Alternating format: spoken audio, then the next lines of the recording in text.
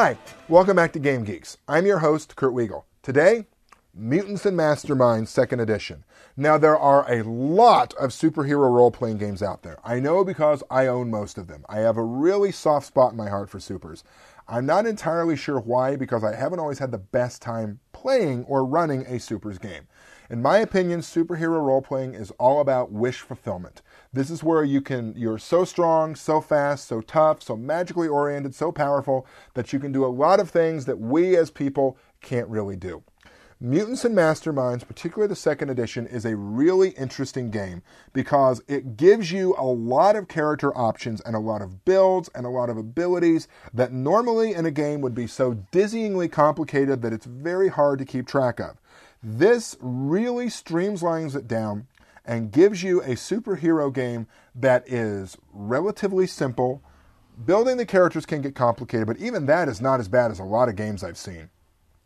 It's relatively simple. It is a D20 game, so it runs off of an engine that everyone knows how to do. It doesn't bring any preconceived notions to the table, at least in my opinion, that other supers games have. For example, it does not have to be dark and gritty. It does not have to be 4-color. You have an entire spectrum you can do. They've done a lot of really nice things with this, which is sort of one of the typical things that Green Ronin Publishing has done, the people who've made this book, which is they've done away with hit points. I know, gasp, shock, no hit points. What do? You actually have a toughness save. So that what you do is you save against the damage that you've taken to see if it hurts you, and if so, how much. It works really well. You don't roll for damage. Damage is a set amount based on the power level. It doesn't have a glass ninja effect that a lot of other games do. It works really well, in my opinion. My players really like it. It does, and there are different power levels even that you can titrate in to see just how tough and powerful you want your character to be. Do you want something for color? You start out at power level 10.